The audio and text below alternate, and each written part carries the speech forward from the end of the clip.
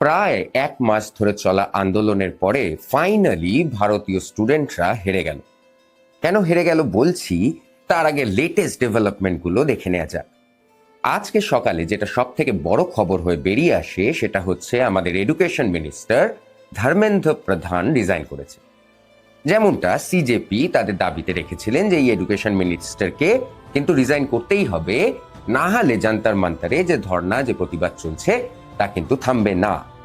এবং এই রেজিগনেশনের সাথে আমরা একটা প্রেস কনফারেন্সও দেখতে পাই যেখানে সিজেপির 2জন প্রতিনিধি এবং গভর্নমেন্টের 2জন প্রতিনিধি, জেপি নাড্ডা যার মধ্যে একজন ছিলেন, তারা কিন্তু পাশে বসে কতগুলো পয়েন্ট দুজনেই এগ্রি করেন যে এই বিষয়ে সহমতি পাওয়া গেছে যে এক তো ধর্মেন্দ্র প্রধান রিজাইন করেইছেন, দ্বিতীয় নম্বর যে জিনিসটা হচ্ছে যে স্টুডেন্ট এই নিট পেপার লিকের জন্য সুইসাইড করেছে তাদেরকে কিন্তু ক্ষতিপূরণ দিতে হবে সরকার।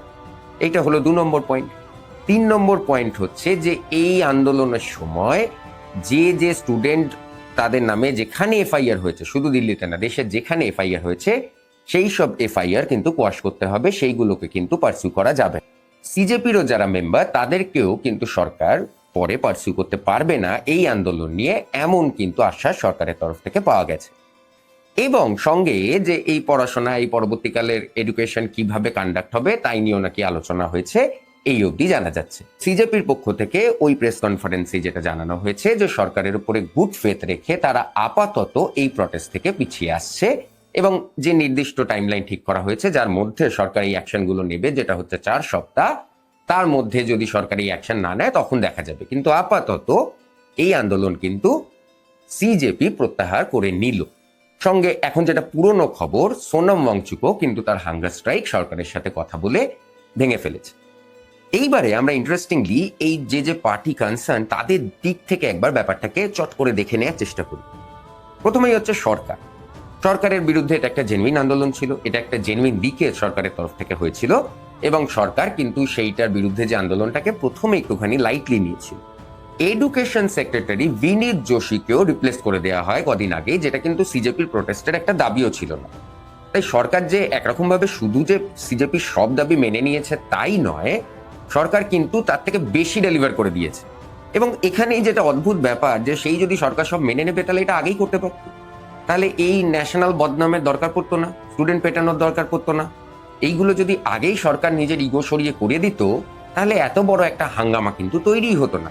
কারণ যেমন রাজনাথ সিং আগে বলেছিলেন যেটা ইউপিএ সরকার না, এখানে কিন্তু মিনিস্টারটা রিজাইন করে না, সেই যদি মিনিস্টার রিজাইনই করবে, সেই যদি স্টুডেন্টদের সব দাবি সরকার মেনেই নেবে, সেটা আগেই সুস্থভাবে মেনে নিলেই হয়ে যেত বলে আমার মনে হয়। যে সরকার অকারণে নিজের নামেই বদনামগুলো নিল এবং একটা সর্ট অফ মেসেজ পাঠালো অপোজিশনকে যে আমাকে কিন্তু প্রটেস্ট করে ব্ল্যাকমেল করলে আমি কিন্তু মেনে নেবো। এটা কিন্তু আমরা ফার্মার আন্দোলনের সময় দেখলাম যে সরকার পিছু হেঁটেছে এবং আমরা কিন্তু এটা এই আন্দোলনও দেখলাম যে সরকার পিছু হেঁটেছে। তাই সরকার অকারণে কেন নিজের এই দুর্বলতাটা বিরোধীদের হাতে তুলে দিচ্ছে আমি জানি না। সরকারের যদি মেটানোরই হতো সরকার প্রথম দিনই কথা বলে মিটিয়ে নিতে পারতো এবং সেটাই ভালো হতো সবার জন্য। এই গেল সরকারের দিক, যে একটু মিসহ্যান্ডেলটাও সরকার নিজের মতো করে এটাকে সলভ করে ফেলেছে আপাতত। দ্বিতীয় দিক হচ্ছে সিজেপি যারা লিডার আছে, এখন সিজেপির যে মেন লিডার অভিজিৎ দীপকে, তিনি সিজিআই এর একখানা ওই রিমার্ক থেকে এত ক্ষুব্ধ হয়ে গিয়ে একটা প্রোটেস্ট তৈরি করলেন এবং প্রথম ইস্যু তুললেন নিট পেপার লিক। এবং তারপর যেটা সারা দেশের তার থেকে আশা ছিল যে শুধু নিট পেপার লিক না, এই নিট পেপার লিকের হাত ধরে এটা একটা বৃহত্তর এডুকেশন প্রটেস্টে পরিণত হবে। দেশে এডুকেশনাল কি শর্টকামিংস আছে সেইগুলো নিয়ে প্রথমবার সিরিয়াস আলোচনা ডিসকাশন করা হবে। আমি টিভিতে দেখছিলাম অভিজিৎ দীপকে রিয়াকশন, যখন তাকে বলা হচ্ছে যে ধর্মেন্দ্র প্রধান রিজাইন করেছে, তিনি প্রথমে বিশ্বাস করতে চাইছিলেন না, তারপর বিশ্বাস করে মাটি ফাটি চাপড়ে একটা বিশাল, তারপর একটা ভিক্টরি স্পিচ ঢাকো যে হ্যাঁ আমরা যুদ্ধ জয় করেছি। সত্যি কি যুদ্ধ জয় হয়ে গেছে? এটাই কি ইস্যু ছিল? নিট পেপার লিক নিয়ে কিন্তু এখনো কোনো কমপ্লিট সলিউশন সরকার দেয়নি, স্টুডেন্টরা ডিমান্ডও করেনি যে কেন ইন্ডিয়ান এয়ারফোর্স ইউজ হবে। মানে আমি যদি ধরে নিই যে এটা একটা বৃহত্তর এডুকেশনাল আন্দোলন নয়, আমি ভুল ভেবেছিলাম, এই অভিজিৎ দীপকে এবং 2-4টে মুখের পাবলিসিটি ছাড়া এই আন্দোলন থেকে যে আসলে কি বেরিয়ে এলো আমার কাছে ঠিক পরিষ্কার নয়। এবং একটা বৃহত্তর এডুকেশন প্রটেস্ট হলে যেটা দেখা যেত যে এটাকে একটা শুরু হিসেবে সিজেপি ধরতো, যে তো সবে শুরু, আমরা ধর্মেন্দ্র প্রধানের ইস্তফা পেয়েছি, কিন্তু কর্ণাটকাতে বাঙ্গারাপ্পা তার নামেও কিন্তু এডুকেশন স্ক্যামের অ্যালিগেশন আছে, পাঞ্জাবে হরজোত সিং তার নামেও এডুকেশনাল স্ক্যামের অ্যালিগেশন আছে। তাহলে যেটা হওয়া উচিত ছিল যে বাহ, এটা একটা দারুণ ভিক্টরি পাওয়া গেল। আমরা কিন্তু এবার এই দুজনেরও ইস্তফা দাবি করছি। আমরা কিন্তু এডুকেশন সিস্টেমটাকে ক্লিন করে ছাড়বো, কিন্তু সেরকম কোন রকম বক্তব্য আমরা কিন্তু সিজেপি নেতাদের মুখ থেকে শুনতে পেলাম না। তারা কিন্তু যুদ্ধে জিতে গেছি টাইপের একটা স্পিচ দিয়ে পিস বাম্প করে তারা কিন্তু ব্যাগপত্তর গুটিয়ে বাড়ি চলে গেল। এই এডুকেশনাল আন্দোলন হয়ে গেল শেষ।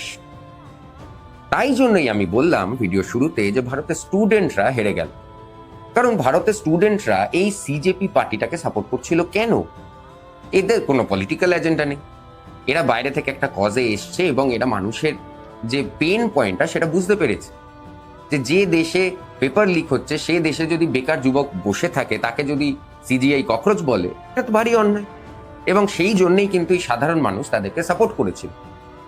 এবং এই মুভমেন্টটা এত বড় ট্র্যাকশন, এত পাবলিসিটি পেয়েছিল এই জন্যই যে আস্তে আস্তে সবার মনে, বিশেষ করে স্টুডেন্টদের মনে কিন্তু একটা আশা তৈরি হচ্ছিল যে মেবি এবার সব পাল্টে যাবে, মেবি এইবার কিন্তু এডুকেশন সিস্টেমকে একদম ক্লিন করেই ছাড়া হবে, মেবি এই যে আন্দোলনটা এইটা কিন্তু ডিফারেন্ট হবে। কিন্তু না, যেটা শেষমেশ হলো যে সরকারের ভালোটা বুঝে চলে গেল, সিজেপির নেতাদের ভালোটা বুঝে চলে গেল, অপোজিশনের ভালোটা বুঝে চলে গেল, যে এইখানে এসে দু চারটে গরম কথা বলে দিল।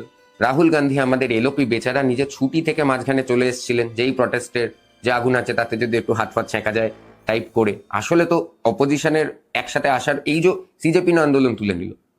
আমি কংগ্রেসের প্রেস কনফারেন্স দেখছিলাম তারপরে, যে কংগ্রেস এটা স্টুডেন্টদের জয়, পাবলিকের জয় বলে বাড়ি চলে গেল। একবারও বললো না যে আমাদের স্টেটে কিন্তু আমরা এরকম রিফর্ম আনবো, আমরা এরকম বিল আনবো। যেটা কিন্তু আমরা প্রধানমন্ত্রী থেকে দেখেছি যে প্রধানমন্ত্রী বলেছে যে এবার কিন্তু স্ট্রিক্টার পানিশমেন্ট কিন্তু এর জন্য ডিসাইড করা হবে এবং এর জন্য রীতিমতো বিল আনা হবে, এনে কিন্তু এর যে পানিশমেন্টটাকে সেটাকে আরো গুরুতর করা হবে। কিন্তু তাতে কোথায় বিরোধীরা বলবে যে আমার যেটা মনে হয় যে আরে পানিশমেন্ট দিয়ে সবসময় সবকিছু বন্ধ করা যায় না। রেপের জন্য পানিশমেন্ট আছে, রেপ হচ্ছে, খুনের জন্য পানিশমেন্ট আছে, খুন হচ্ছে।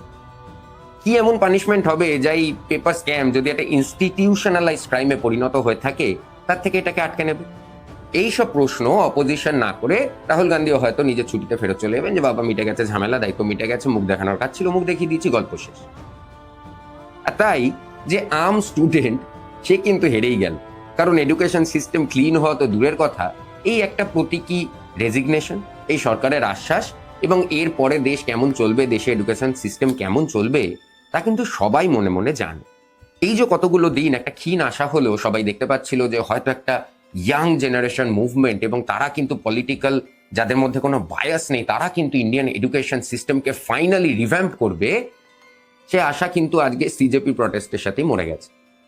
এবং সব থেকে যেটা বড় ইম্পর্টেন্ট ব্যাপার, যে এতগুলো চ্যানেলে, এত প্রটেস্টে, সরকারের তরফে, সিজেপির তরফে, আসল এডুকেশন সিস্টেম আমাদের আজকে কোথায় দাঁড়িয়ে আছি নাম্বারস, ইন ফ্যাক্টস, রিয়ালিটিটা কি, কোথায় ভালো, কোথায় খারাপ, কোথায় আমরা জঘন্য, এর যে পুরো মূল্যায়ন আপনি কি এই পুরো ডিসকোর্সে কোথাও শুনতে পেলেন? সবার নিজের নিজের এজেন্ডা ছিল, সিজেপির নিজের এজেন্ডা ছিল, তাদের লিডারদের নিজের এজেন্ডা ছিল, অপোজিশনের নিজের এজেন্ডা ছিল, এবং সরকারেরও নিজের কিছু এজেন্ডা ছিল। যার এজেন্ডা সবাই মিউচুয়ালি ফুলফিল করে যে যার বাড়ি কিন্তু ফিরে গেছে। কিন্তু ভারতীয় এডুকেশন নিয়ে আসল যে ডিসকাশন, সেটা নাহি টিভি, নাহি মিডিয়া, নাহি কোনো মহল থেকে হলো। আমরা ভারতীয় এডুকেশন নিয়ে ডিটেলে একটা ভিডিও বানিয়েছি, যেটা কিন্তু আমরা এই ভিডিওটার পরেই পোস্ট করব। তাই আপনি যদি সেই হাতে গোনা ভারতীয়দের মধ্যে হন যে সত্যি ইন্টারেস্ট রাখে যে ভারতীয় এডুকেশন কোথায় দাঁড়িয়ে আছে নাম্বারস, ইন রিয়ালিটি, পলিটিক্স বাদ দিয়ে, তাহলে আমাদের ওই ভিডিওটা দেখতে ভুলবেন না। আপনি দেখছিলেন জিও কাকা। আজ আমি অত্যন্ত হতাশ এবং অত্যন্ত রিলিভড। হতাশ কারণ যেভাবে এই আন্দোলনটা শেষ হলো, ভারতীয় একটা সাধারণ স্টুডেন্টের জন্য এই আন্দোলনটা যে প্রতীক হয়ে থেকে যাবে তার জন্যে। আর রিলিভ তার কারণ হচ্ছে যে আমাকে আর ন্যাশনাল পলিটিক্স আশা করি খুব শীঘ্রই কভার করতে হবে না, আমি জিও পলিটিক্সে ফিরে যাব। এই চ্যানেলে আমরা জিও পলিটিক্স নিয়ে প্রত্যেক দিন একটা ভিডিও বানাই। তাই জিও পলিটিক্স যদি আপনার ইন্টারেস্টের সাবজেক্ট হয়, আমাদের চ্যানেলটা সাবস্ক্রাইব করতে ভুলবেন না। সঙ্গে থাকার জন্য ধন্যবাদ। আবার দেখা হবে আগামীকাল জিও পলিটিক্সের নতুন কোনো ইস্যু নিয়ে। নমস্কার।